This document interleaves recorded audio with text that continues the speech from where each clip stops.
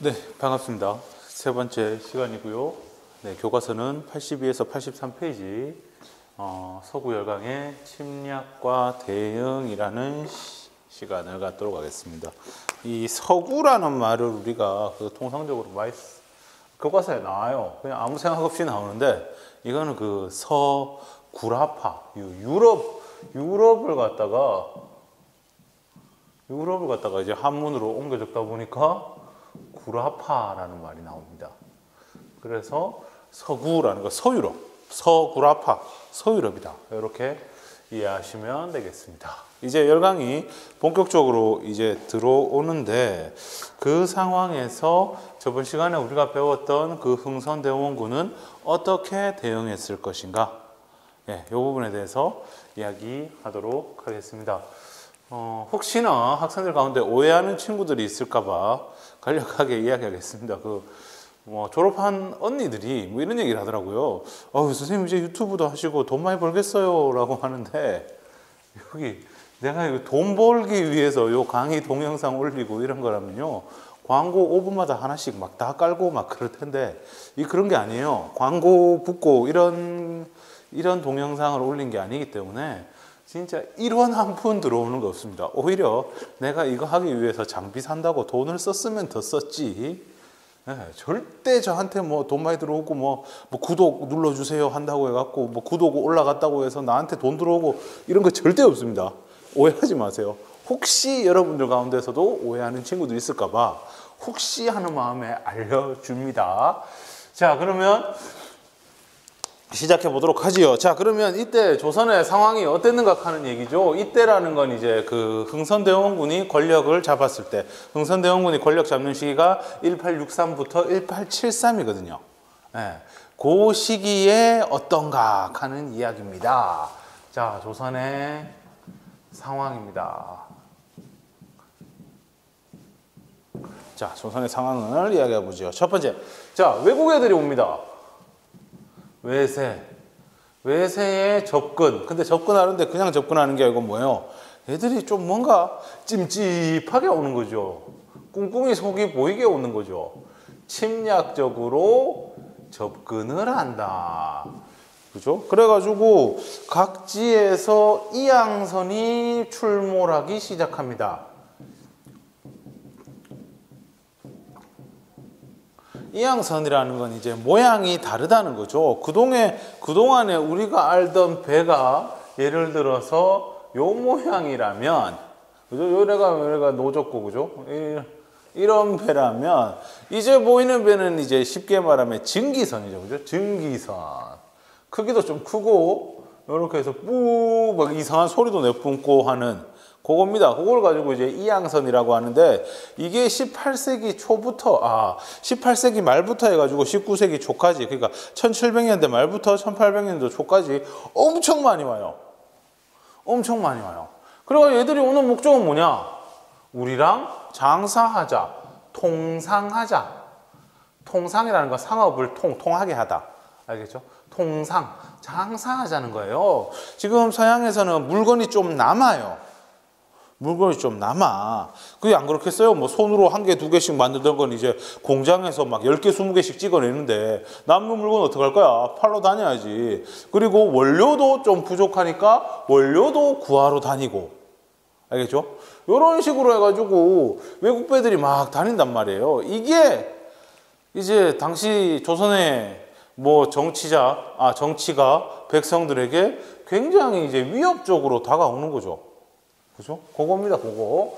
그 다음에 또, 러시아가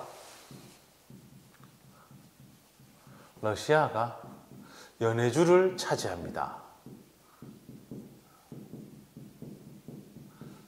러시아 알죠? 저 위에 북쪽에 있는 나라입니다. 러시아 북쪽에 있는 나라입니다. 이렇게 우리나라가 이렇게 있으면요. 지도 막 그렸어요. 네, 이렇게 있으면, 러시아에 요는 되게 추운데 사는 애들이라 가지고 얘들의 지상 과제가 뭐냐 하면은 따뜻한 항구를 얻고 싶어요예요. 한문으로 부동항이라고 하는데, 이때 당시에 뭐 해외로 진출한다 하는 거는 못 타고 가는 거예요. 비행기 타고 가고 막 이런 게 아니잖아요. 달나라 가고 이런 게 아니에요. 그러니까 이때 시기에 해외 진출은 배 타고 가는 거란 말이야. 근데 배 타고 가는 데 있어서 이 러시아라는 곳에 최대 단점이 있지요. 뭐 바다가 얼어요. 바다가 얼어. 그럼 들어갈 수 있는 게 굉장히 곤란해진단 말이에요. 그래서 러시아는 계속 이제 부동항을 찾기 위해서 남하 정책, 남쪽으로 내려가자 하면서 여기저기에서 싸움을 걸거든요. 근데 뜻대로 잘 안 됐어요. 그러다가 1860년에 중국이 영국, 프랑스와 베이징 조약이라는 걸 맺게 됩니다. 근데 이 베이징 조약을 러시아에서 주선을 해줘요. 이건 좀 얘기하자면 좀 긴데, 1856년에 그 2차 아편 전쟁이라고, 전쟁이 벌어집니다. 그냥 TMI인데 좀 해볼게요. 중국, 청나라랑 영국과 프랑스랑 싸우는 거야. 그러니까 2차 아편전쟁으로 싸우는데 결과는 어떻게 됐어요? 청나라가 또 이렇게 또 탈탈 털리게 되지요. 그러고 나서 1858년에 요 전쟁을 끝내자라는 텐진 조약을 맺게 됩니다. 텐진 조약을 맺게 돼요. 그래가지고 이제 텐진 조약을 맺고 이제 그에 따라 가지고 외교관들이 오고 이런 상황에 놓였는데 청나라 애들이 그 친구들한테 대포를 쏴요. 북경 수도인 베이징으로 들어오는 외교관들한테 대포를 쏴요. 아니 약속해놓고 아들이 대포를 쏜 거야. 뭐에 씌었는지. 그래가 영국 프랑스가 완전히 열받아가지고요. 막 너가 오늘 청나라 멸망이다 하면서 군대를 보내가지고 완전 청나라를 거의 막 가루로 만들었어요. 그리고 나서 그때서야 청나라가 미안하다 우리 다시 화해하자 했는데 안 통해. 막 궁궐 부수고 막 사람들 죽이고 막 난리 났어요. 그러니까 그거를 이제 가만히 지켜보고 있던 러시아가 청나라한테 제안을 하는 거죠. 뭐라고? 야 화해시켜줄게. 대신 조건이 있다. 뭐? 연해주를 다오. 이렇게 된 거지. 그래서 청나라는 급하니까 이제 알겠어. 연해주 줄게. 일단 우리 좀 화해 좀 시켜줘. 그래가지고 결국 화해를 하면서 맺은 조약이 베이징 조약이거든요. 협박하죠. 야 너가 이렇게 이 동네에서 시끄럽게 하면 우리도 내려온대이 우리 러시아도 내려온대이 이런 식으로 협박을 해가지고 결국에는 베이징 조약을 이끌어내고 러시아는 그 대가로 청나라로부터 이래 바닷가가 이래 쭉 있으면은 요 땅을 이제 바닷가에 접해 있다라고 해서 연해주라고 얘기합니다. 요 땅을 가져가게 되는 거죠. 그래서 그토록 원하던 부동항. 여기 보면 뭐 블라디보스토크 뭐 이런 데 있거든요. 블라디보스토크. 우리가 뭐 옛날에 한참 막 비행기 다니고 이랬을 적에 가장 가까운 유럽이라고 불렀던 블라디보스토크. 뭐 비행기 타면 몇 시간 걸리지도 않아요. 예, 근데 가면 러시아입니다. 뭐 그런 곳인데 뭐 요새 보인 뭐 젊은 친구들 많이 여행 가더라고요. 거기를 차지하게 되는 거죠. 그러면서 우리와 조선과 러시아가 국경을 맞대게 됩니다. 요 두만강을 축으로 해가지고. 알겠죠? 요거에 대해서 굉장히 위협적으로 생각을 해요, 우리가. 그러니까 이 러시아가 연해주를 차지한 이후로 우리의 고민, 정치가들의 고민은, 흥성대원군의 고민은 뭐냐면 러시아예요, 러시아. 그리고 청나라에서도 좋게 얘기 안 하는 거야. 베이징 조약 맺고 보니까 와 이거 가지고 내가 땅까지 줄 필요가 있었나? 그죠? 마음이 바뀌는 거지. 뭐 그렇잖아. 화장실 들어갈 때 마음, 나갈 때 마음 다르다고.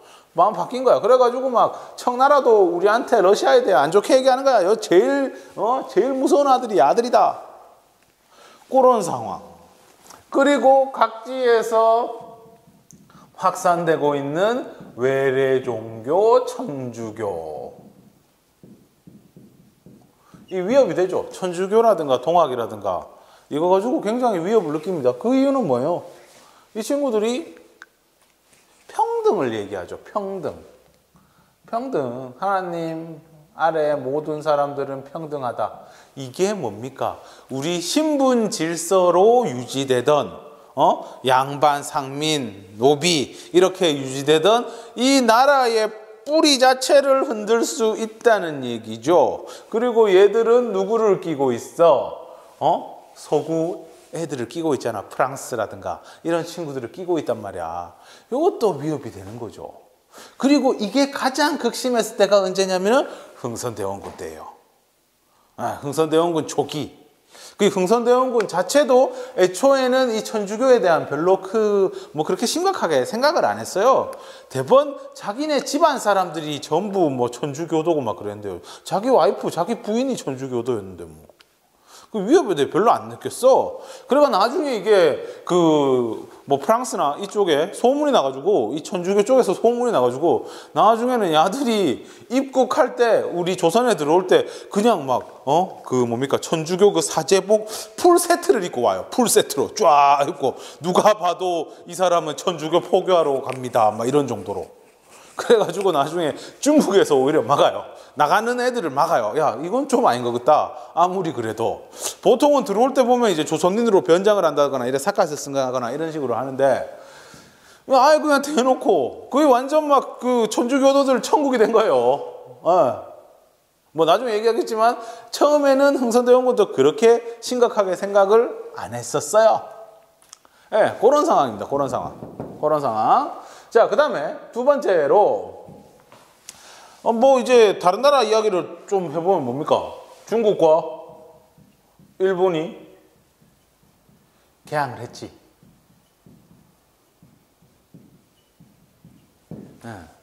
개항을 했죠. 중국 같은 경우에는 1842년 난징조약. 그죠? 1842년.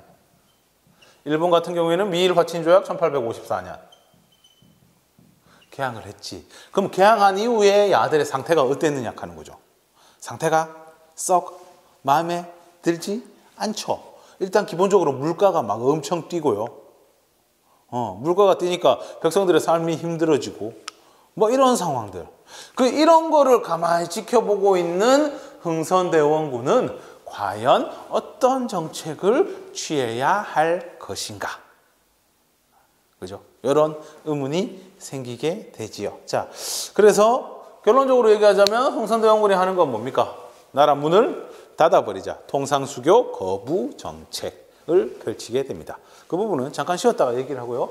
요거는 쓸데없어 보이니까 좀 지울게요. 네.